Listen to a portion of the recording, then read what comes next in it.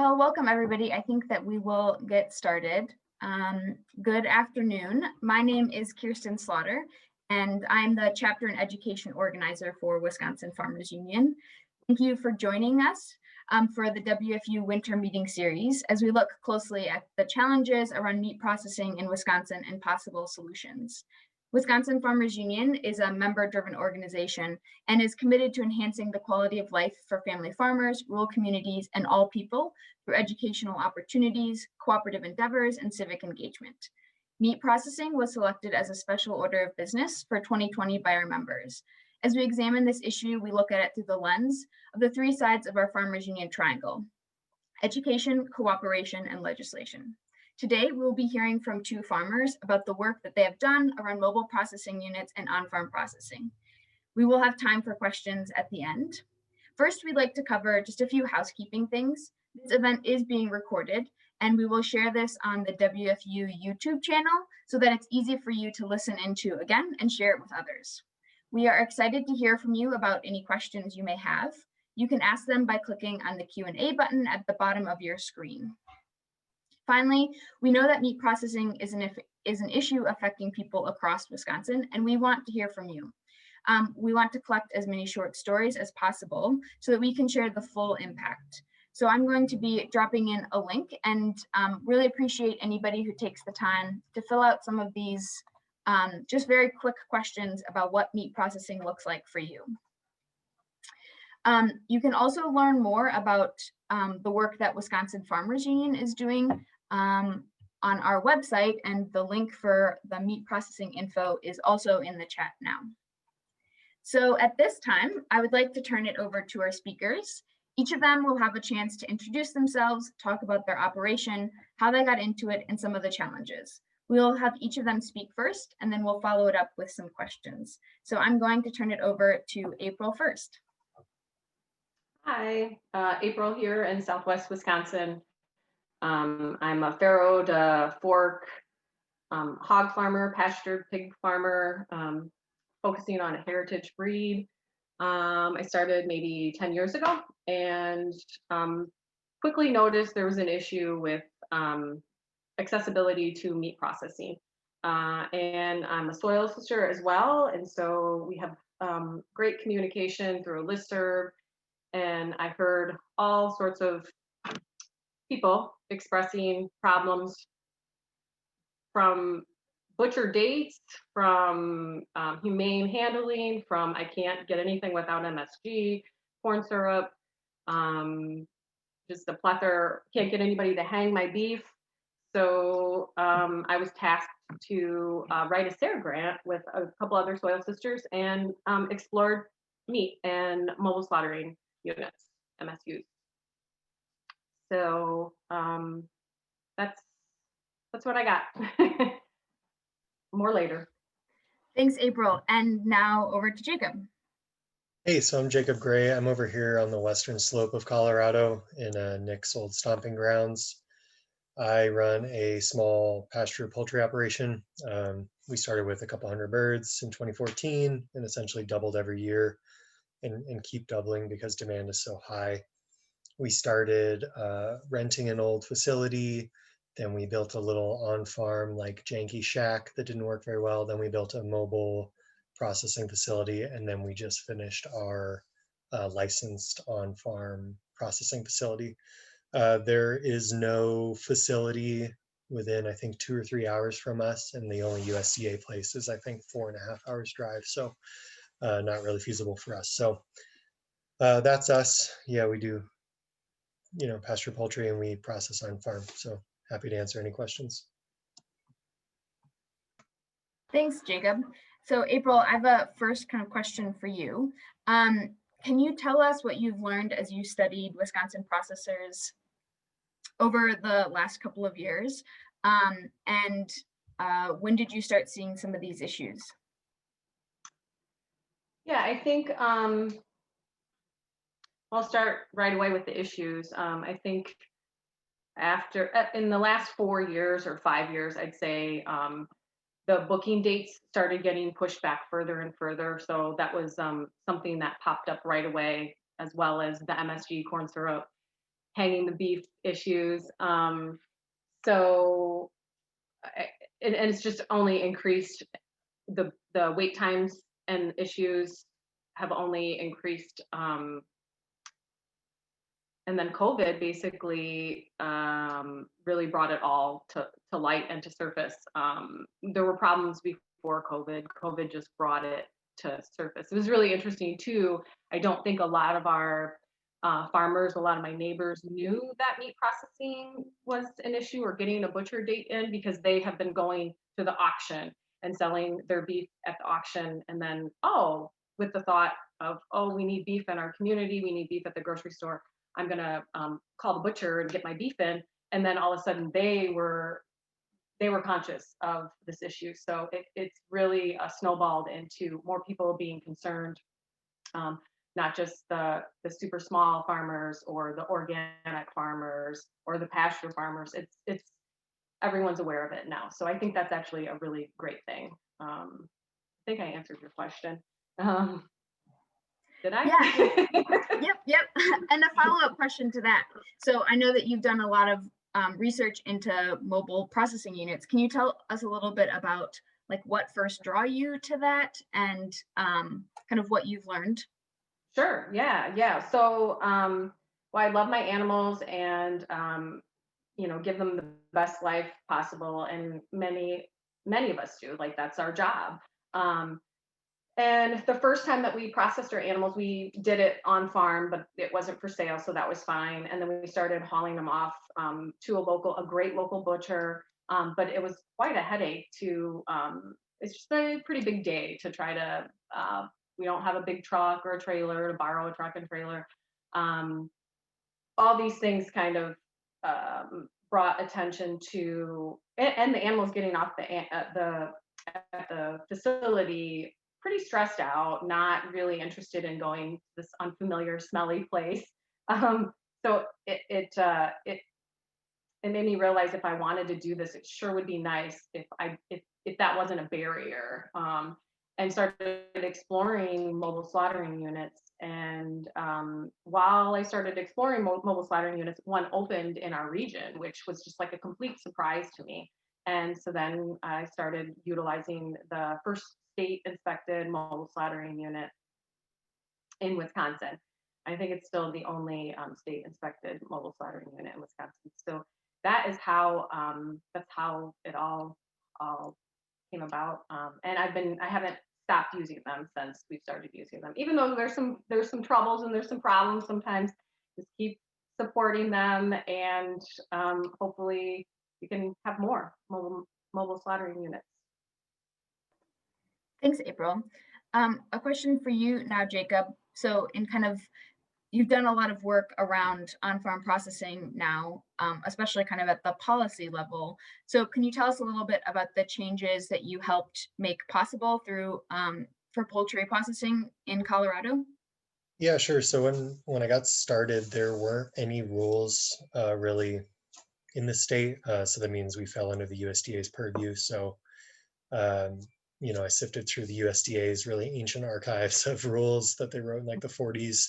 Couldn't really figure out where I fell in. So I just kind of operated on the black market for a couple of years. As we grew, it became clear that we really needed some kind of licensure because I wanted to sell retail. And so, let's see, the first bill was passed in 2016, I think, with the help of Farmers Union. And this was actually before I got involved. So the bill got passed, and what it did was you were able to process under 1,000 birds if you sold them within the state. There was a couple of small label requirements and record keeping. And then what it also did, that bill, the second part of the bill, was that it created a stakeholder group with the Colorado Department of Ag to look at the feasibility of a state license program. We had already had a custom program for processing meat that wasn't for sale, but we wanted to look at just specifically poultry. And so once I heard about that, I was able to jump in on the stakeholder groups. We had some folks from Farmers Union. There were people from CDA, USDA. There were people from retailers and other processors.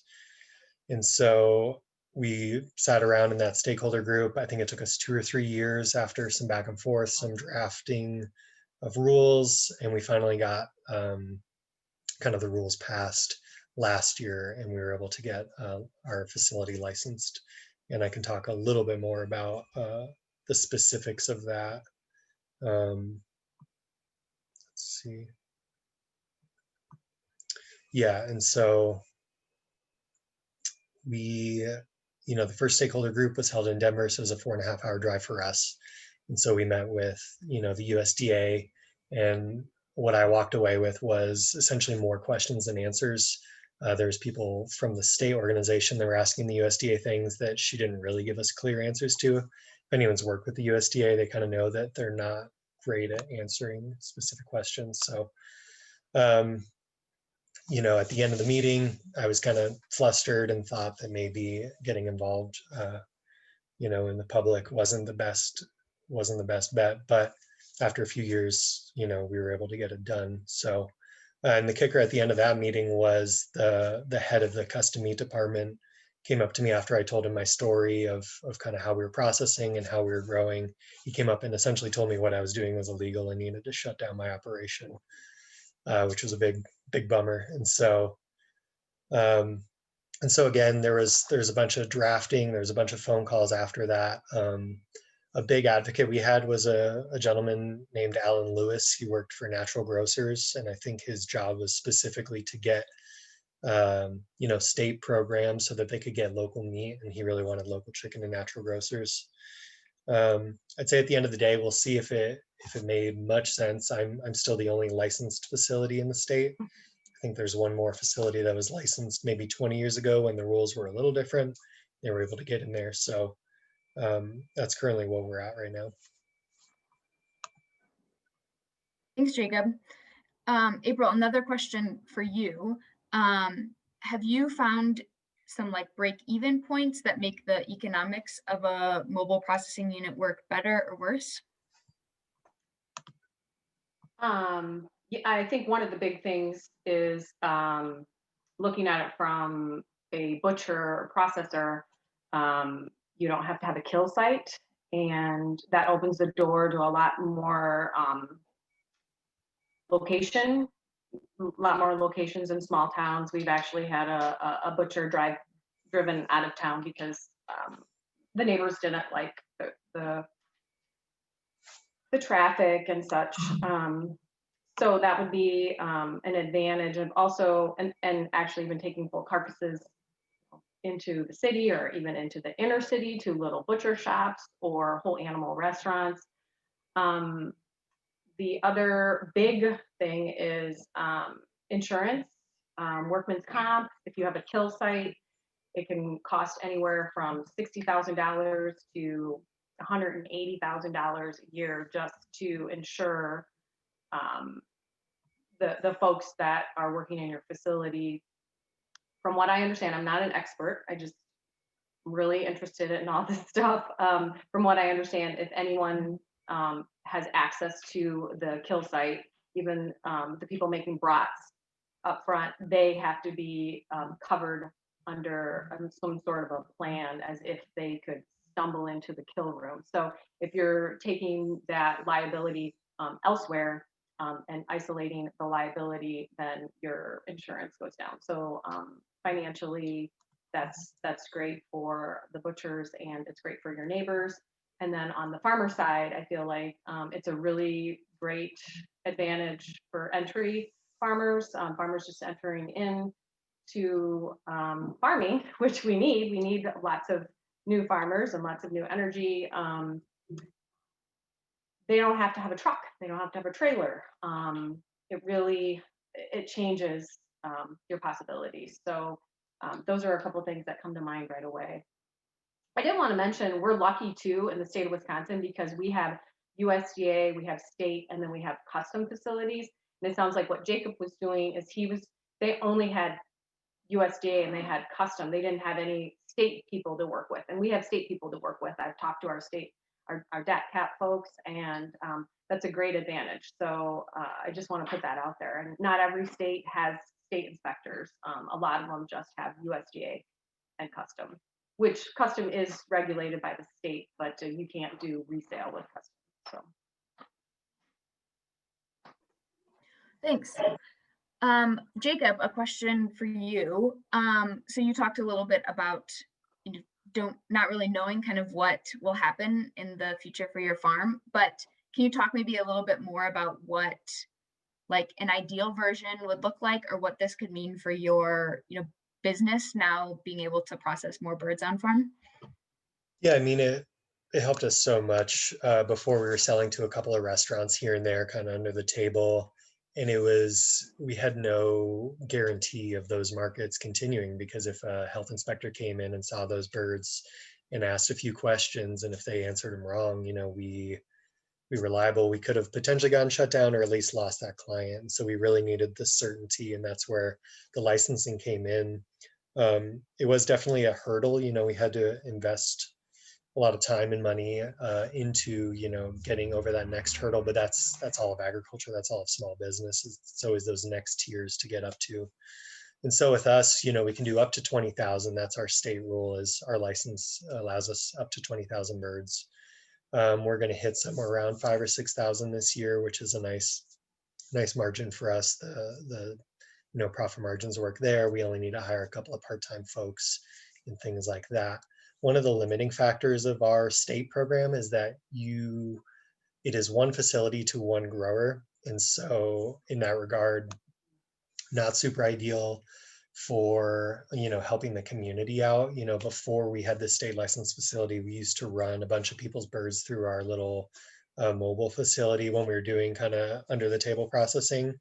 And we did between 1,000 and 2,000 birds around the valley. But now that we have this license and we don't want to lose it because we have all these markets, we have to tell people no. And so we're trying to figure out what it looks like to rent the facility or have people lease. There's a lot of gray area, but we just wanted to get the program up and running. So essentially it's one producer to one facility, which is kind of the USDA specs. One thing I found is that it really depends on the state, because certain states, it sounds like, Wisconsin already has their own state programs. Depends on how much the state is willing to take autonomy over the USDA. I felt like the folks at our Colorado Department of Ag were a little weary of the USDA coming and cracking down on us. So they were not willing to take some leaps of faith to say, we want to do this in Colorado. And frankly, because there's not a ton of poultry here, it's not the most hospitable climate. Most places are above 5,000 feet, where, commercial broilers have issues with, ascites and other things that come along with growing at elevation. So, we're working with what we have in Colorado. Thanks. Yeah, we don't have that elevation problem in Wisconsin. April, can you talk a little bit about like what in an ideal world, what would kind of a meat processing food system look like to you in the future, if you could kind of design something to what you're envisioning? Sure. Well, we don't have enough time for that. But I'll let you know, like in a nutshell.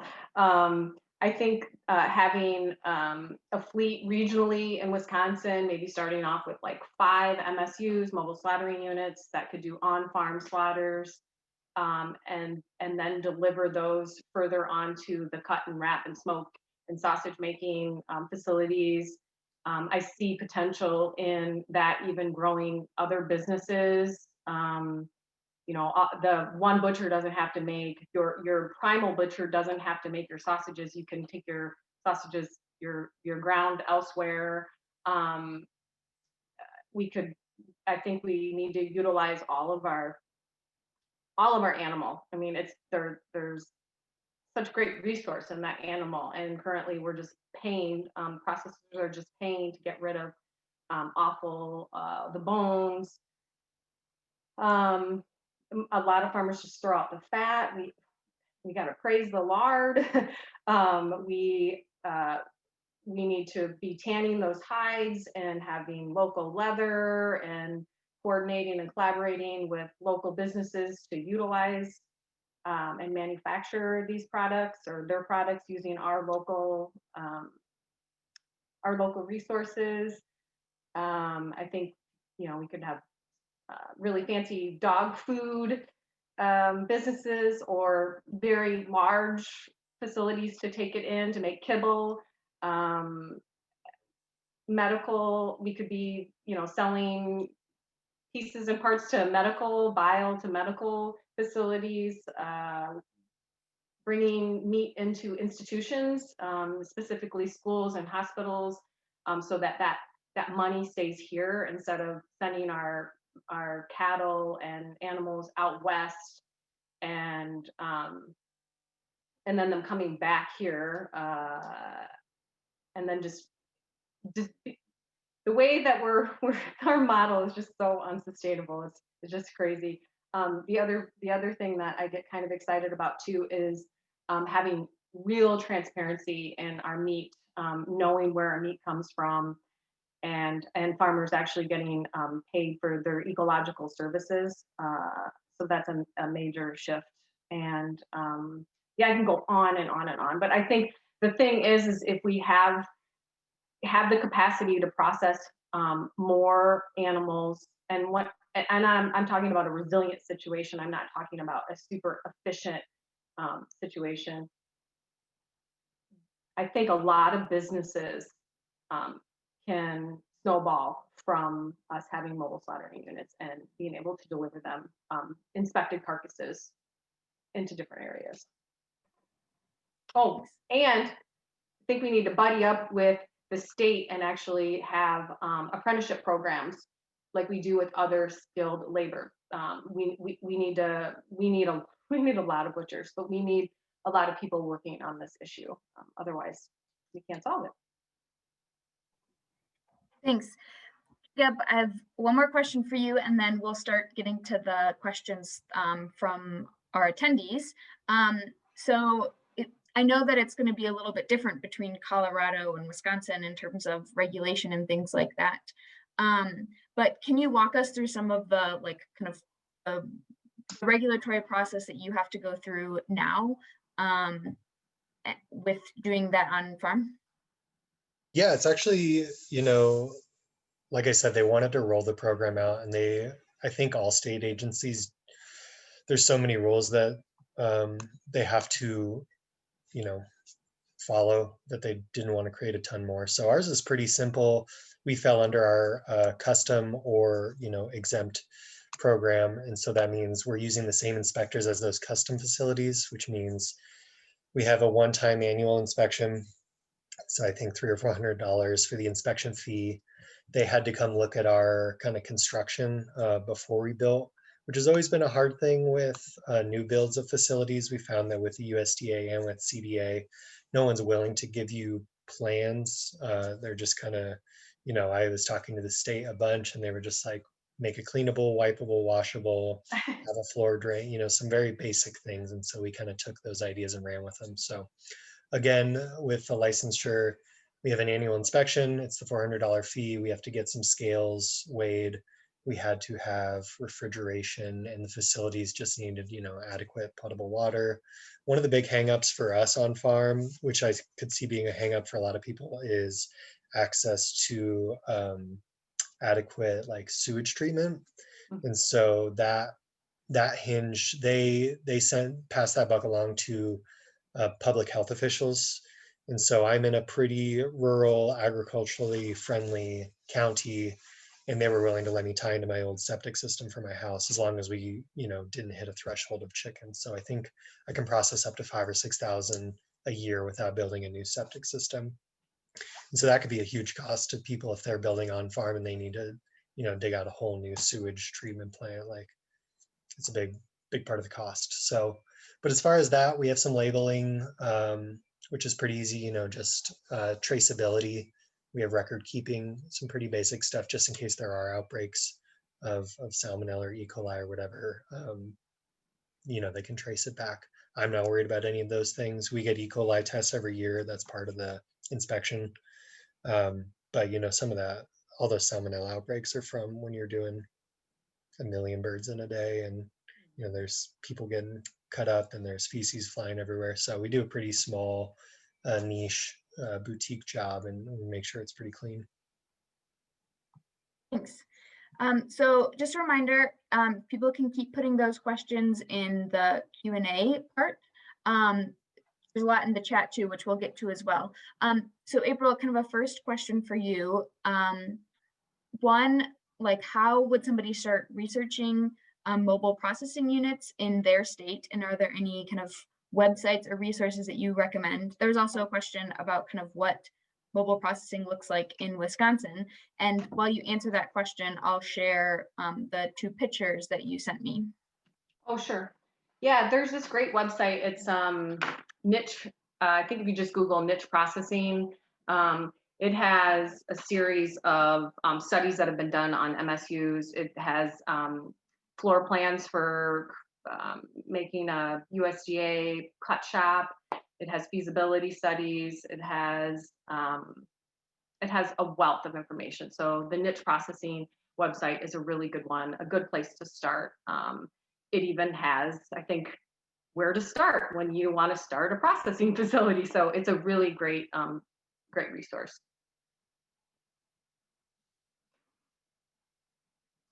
Does that answer your question? Yes, thank you. And next question for Jacob. What do your marketing channels look like now? And are you kind of limited in the marketing options because you process on farm? Yeah, so our channels are, I think we're pretty much wide open as long as we still live in Colorado, so we can't go out of state. But our state's growing quite a bit. I have a huge market on the Front Range that I'm not even hitting. The Front Range is the Denver metro area.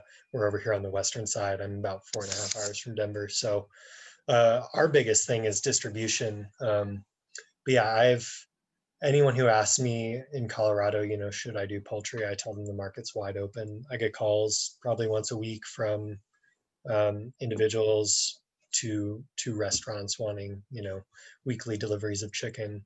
Again, we're a bit on the smaller side. I don't necessarily want to become a chicken processor who's doing a couple thousand birds a day. I got into agriculture because I for different reasons, and so we're keeping our scale small so that we can have control over things. So no, we're going to be able to get rid of these 5,000, 6,000 birds. I could probably make a few calls now and have them all sold right now. So, but again, the problem is distribution, and it's just the capital. Again, poultry is hard to raise out here. There's folks that aren't.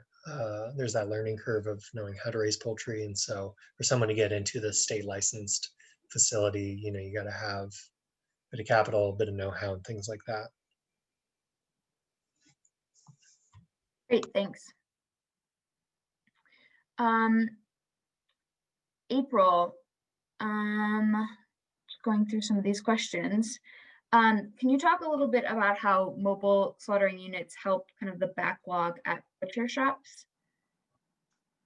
I think our biggest bottleneck right now in processing is the kill. So if that can be done, it can be, one unit could potentially serve several facilities. It's just that simple. I think the current mobile slaughtering unit that is being utilized in our state, they can kill more than the cut shop that they're taking their animals to. So I think while we're there, I think they're doing 25 to 30 beef and 30 to 40 pigs every week. And if you want to throw up that picture, it's just to be clear, the mobile slaughtering units that I'm most interested in, and I think offer more flexibility, is like a box truck, like a 26 foot, like lightweight, straight box truck, or a truck with a gooseneck, because then you don't have this big semi trying to go through the driftless area and navigate farms, and you don't have to have a CDL license, and there's different permits. So in this particular unit right here, they're processing, like I said, the 25 to 30 beef and 30 to 40 pigs every week. And there is a freezer unit in closer to the cab. There's a rail system in there. If you want to flip to the other picture, you can kind of see how there's a rail.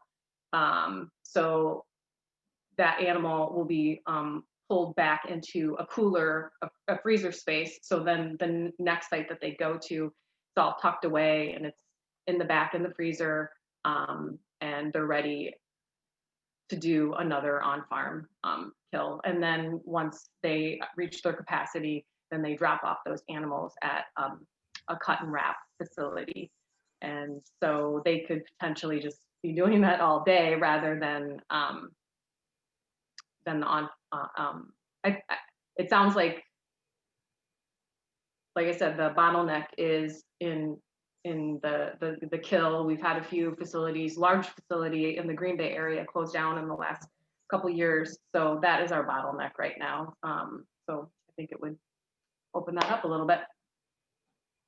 And does there need to be a state inspector present for this? Yeah, yep. So these guys actually offer both custom, so the state inspector doesn't need to be there for the custom kill, or state. So the state inspector's there, they watch the whole thing, they basically field dress them. They cut the carcass in half for the hog and put it in the freezer, and the inspector stamps the carcass. So it's, traced throughout its, I don't want to say life because it's the end of the life, but the carcass is tracked. So yep, and then the inspector follows the mobile slaughtering unit to the next spot. And as a farmer, it's really important that you are ready for the process when the mobile slaughtering unit shows up and the inspector is there. So I think some of the inspectors are like, wow, I get to work outside, and they don't seem to be put off by it. I'm always asking them a million questions. And the nice thing about the farmer too is you get to see your carcass, you get to see your back fat, you get to see what your liver looks like, so you can gauge the health of your animal. You get to ask questions, you get to see some of it and be part of it. And for some people that's not their thing, but I actually enjoy that because I get to learn from my carcasses and hopefully improve. Great, thanks. Deb, two questions for you, kind of more around the liability and insurance. So is there any kind of liability risk for a farmer since the kill site is now on the property? And then also, do you need any worker injury insurance now? I don't have anything additional. I wasn't asked for anything additional as a farmer when they come here for the kill. Maybe as this got bigger, that would be an issue. But I'm not familiar with any of that. Nope. I mean, obviously I need to stay out of the way and be careful. But yeah, I don't really have a solid answer except nothing is required of me. Thanks. And Jacob, what about for you? Repeat the question again. Yeah, sorry. Do you need any additional kind of worker insurance, or is there kind of an increase to liability now since the kill site's on your farm? Yeah, that's a great question that I should probably be asking myself. We've been, I started small and I just keep growing slowly. And some of these big boy questions I've been kind of putting to the back. Yeah, we hire people part-time, maybe 20 hours a week or so, something like that. So we're operating, I saw a question there, how often are we processing? We were doing once a week last year. We'll do twice a week this year. And so there's probably some insurance that I need to be looking into. Thanks. April, how do you figure out the scheduling for you with mobile units? And do you know kind of how they figure out transportation routes to figure out how to meet people? Yeah, I think in the beginning they were really, they struggled to figure that out, the state facility that I utilize now, but now they just do it regionally. So, there's this, certain days of the week, I think it is, Wednesdays they come to this area. Tuesdays, maybe they go north of 151 in the Cooley area. So they do it, they set up the appointments such that it makes sense that they're all in the same area. So when they show up here, oftentimes I know kind of if they're going to go to the bison farm not too far from me, or do cattle at my friend's house, or do lamb. So yeah, they set it up in a smart way, in a smart fashion like that. Kind of maybe a follow-up for the transportation and waste. How does the mobile unit handle waste? Sure, sure. Yeah. Two different ways you can go with that. You as the farmer can take the waste and put it, properly compost it, put it in your back 40. Or you can pay them a fee to take care of the waste. So that's how this mobile slaughtering unit is working. The bleed out kind of happens right on the farm, so the blood is right there. But yeah, the skin and the guts, you can send off with them. I think it's a huge favor to not do that, because then they don't have to deal with that. And I kind of feel like dilution is a solution to pollution, and by keeping it on your farm, you can actually turn it into a resource for your farm. Thanks. Jacob, I know that you also had a few pictures. Want to share some of those and kind of show folks what your setup looks like? Yeah, totally. Let's see if I can do this again. Here we go.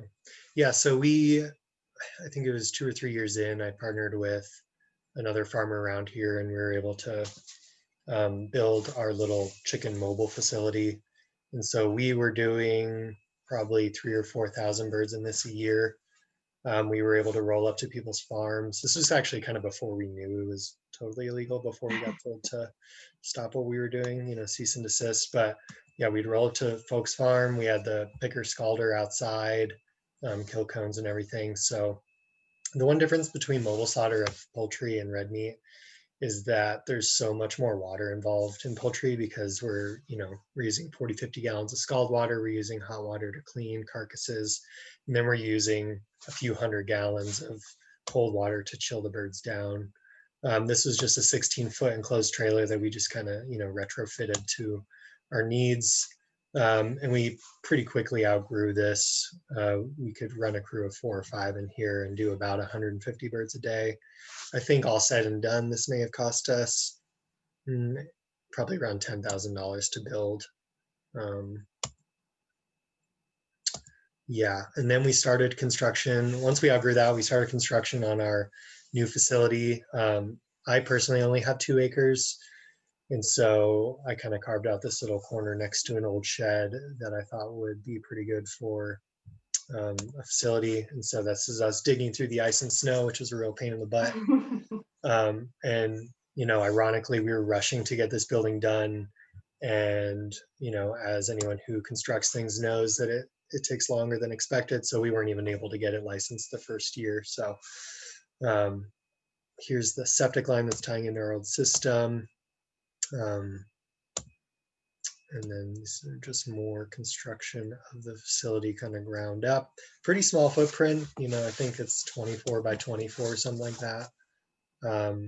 Small kill area outside. One of the big wins that we got when we were, working with the state was this outside kill area. They wanted us to have a fully enclosed kill space that was 4 walls. And once we kind of told them that we knew what we were doing, and we knew that it was going to be really gross if you were, having 150-degree scald water in a fully enclosed, unventilated room. And so we were able to get this like open air kill area. It was we wanted open air, fully open air, like we had with our mobile facility, and they said that was no go. So we were able to at least get 3 walls. So that was one big win from, something tangible that came from actually being involved in some of these the processes. Here's the inside. We can have about 6 people in here, 2 people on the gutting on the left, the cleaning station on the left and right. We have enough room to have a couple people bagging. And then you see the big chill tank, big white chill tank inside that holds about 300 birds. And right behind this photo is our walk-in freezer, and eventually to come a walk-in cooler, so we can kind of increase capacity. But yeah, pretty small footprint. Like I said, you don't need a ton for chicken. There's no rails or anything like that. You just need some nice clean things that you can clean and wipe down. And then here's just a couple pictures of birds out on pasture when it's not snowing.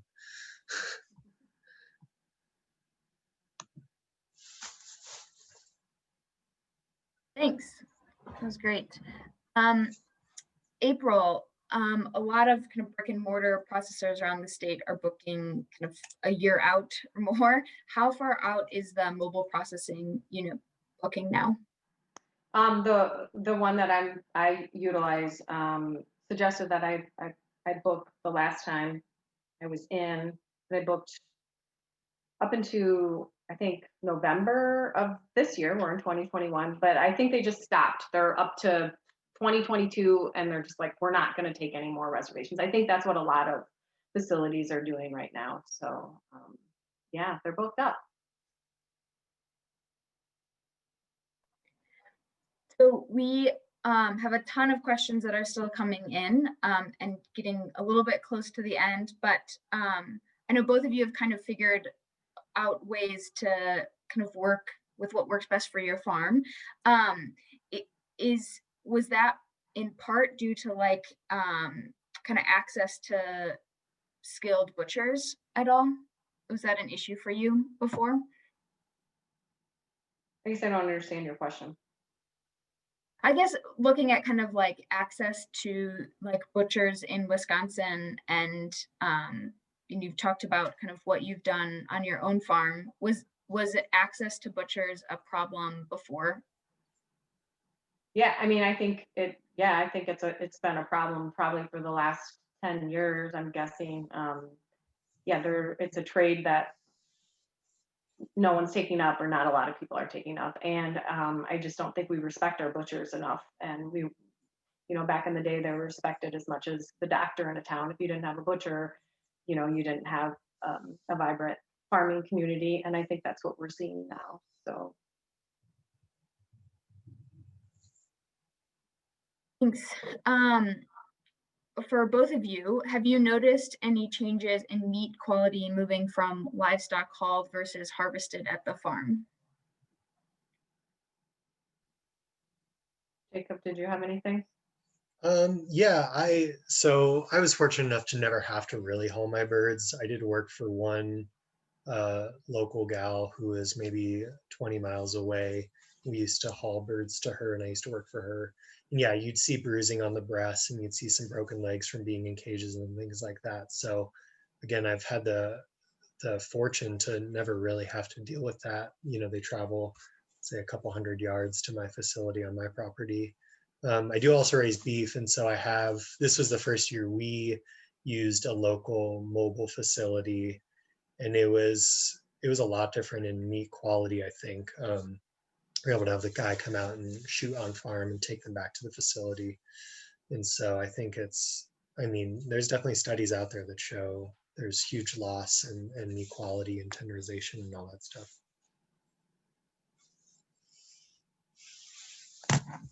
Did you want to add anything, April, or no?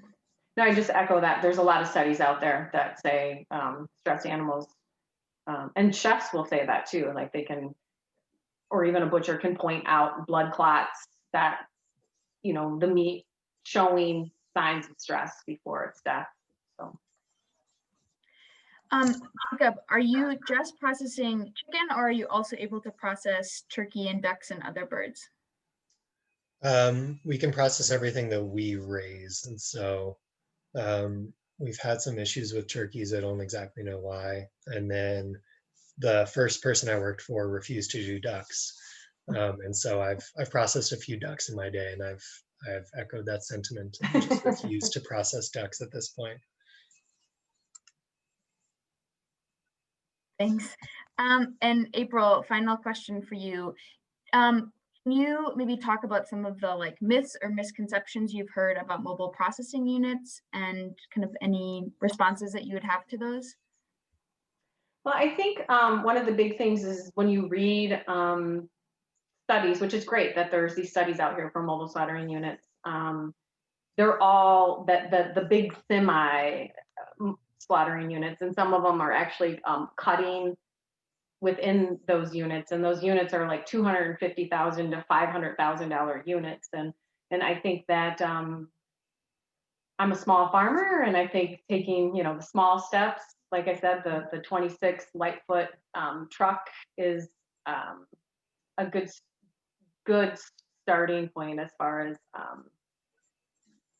the money, the bang for the buck, and even just traveling through the drip list.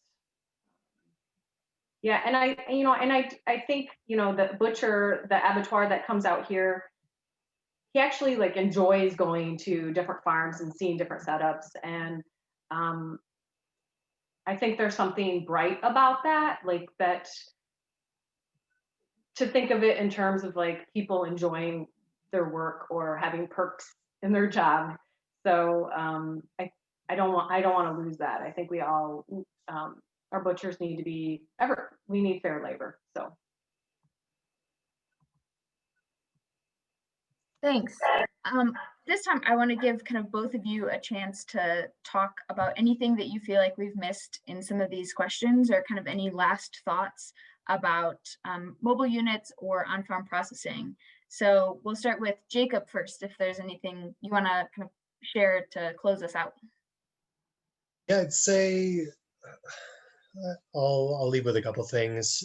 For us, with not having any state rules, I would say getting involved was really important. For me to drive all the way to Denver to, keep in contact with state officials and to kind of fight the good fight and, not take no for an answer. When the state doesn't have any regulations, you create them, or if they don't have regulations that fit the need, go create them, go talk to your legislators. That's what Farmers Union is there for, is, get involved, talk to the right people. It's not always what you know, it's who you know. And the second thing I would say is, who everyone talks about, we always need more processing, we need more processors, but who does the impetus fall on? Is it, are we waiting for this third party to come in here? Are we waiting for an abattoir? Are we waiting for someone to come in that has the skills? Or is it up to the farmer to say there's a need and I'm willing to, put up some money, or, create a co-op or whatever it is? But you need something to get the momentum going. And so I understand that there's always these hiccups of, what do we do? These facilities keep closing, but I don't see a lot of momentum on the other end, because it's hard. It's easier to stop something than it is to start it. But I would encourage you to, if there's a need, fill it. Thanks. And April? yeah, that was great, Jacob. I agree. I think that we have to recognize what we're up against too. Like, we have these meat monopolies, and they've monopolized everything. They've monopolized, labor, the environment. They've monopolized. They've taken advantage of farmers, and furthermore, they're basically monopolizing the regulations. They're trying to switch things so that it's even harder for small processors to exist. I think that educating people, and it hasn't always been easy it's easy for me to engage in a conversation about food and transparency and meat and humane slaughter and labor issues. But I think now that COVID has happened, and it's been on our nightly news and even Fox News, and it's showing up, I think it's important to keep that alive and keep that conversation alive, and keep up with the policies. There's some great policies. There's some great COVID relief possibilities to help processors. And so, just make your voice heard. Thank you. And thank you both so much for being on this panel today. Really appreciate it, taking some time to answer lots of questions. I know that there's a lot more that we weren't able to hit today. I did want to just share with folks that the series is continuing. On January 28th, we'll be talking about cooperative solutions. We'll also be talking about kind of policy solutions, looking at labor, looking at marketing. So that we'll continue this through April. If you like what you heard today and are not already a member, we hope that you will join Wisconsin Farmers Union. We're really approaching this from all angles: education, cooperation, legislation, and we know that we can make a greater change when more people come together. So please join. I'm posting some links in the chat now. And included in that is the registration link for the rest of the series, which you can find and register for now. Also, I'd like to remind you to share kind of your short story of what processing looks like for you so that we can gather these and share these. Again, thank you so much to our panelists, and thank you everyone who joined us today. We had 114 people who were listening in, so that was just really awesome. And we really look forward to continuing this conversation with the rest of you as we continue this series. One final note, WFU members are eligible for scholarships for the artisanal modern meat butchery program at Madison Technical College. So if you have interest in that, please contact WFU staff member Diane Thierry. And again, look forward to continuing this conversation with you later. Thank you all for joining.